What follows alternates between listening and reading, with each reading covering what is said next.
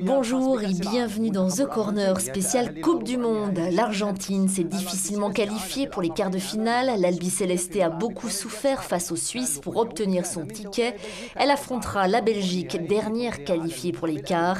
Des Diables Rouges qui ont bataillé dur pour éliminer les États-Unis. Un héros argentin, Ángel Di María, auteur du but libérateur de l'Albiceleste. L'Argentine qualifiée pour les quarts de finale s'est fait très peur mardi soir à Sao Paulo face à la Suisse, qui l'a poussé en prolongation, victoire 1-0. Ángel Di María sur une passe décisive de Lionel Messi.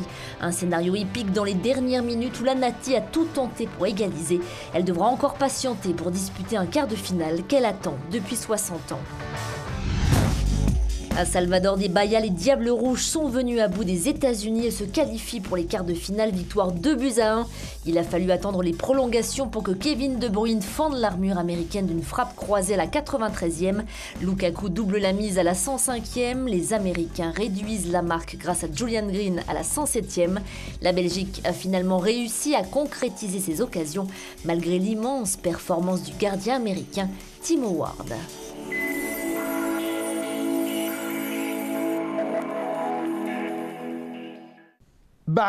Une controverse en plein mondial. Le Cameroun est accusé d'avoir fraudé pour perdre ses matchs. Une affaire de corruption présumée qui fait grand bruit dans le pays, à tel point qu'une enquête a été ouverte. Le capitaine de l'équipe, Samuel Eto'o, aurait même été convoqué par la police.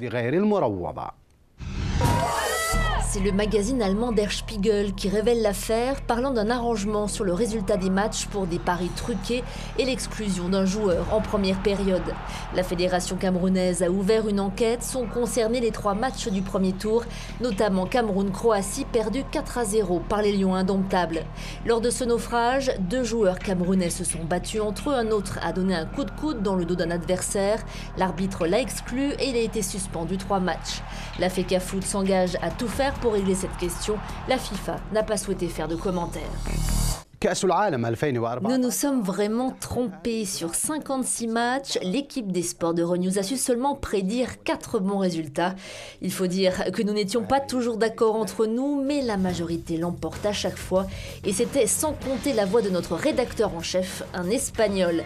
Bref, on a parié, on a perdu, mais vous avez sans doute rectifié le tir. En tout cas, on compte sur vous. Rejoignez-nous sur Twitter, #TheCornerScores. Les ONG profitent de la formidable exposition médiatique du mondial pour faire campagne. Premier objectif, la lutte contre le sida.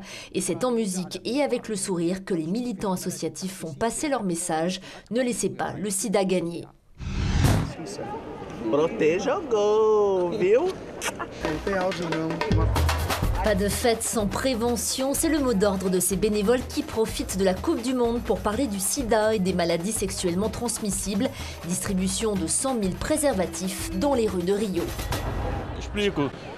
J'ai déjà parlé à mon fils de prévention, dit ce Brésilien. Il n'a que 10 ans, mais je lui ai déjà enseigné l'importance de la prévention.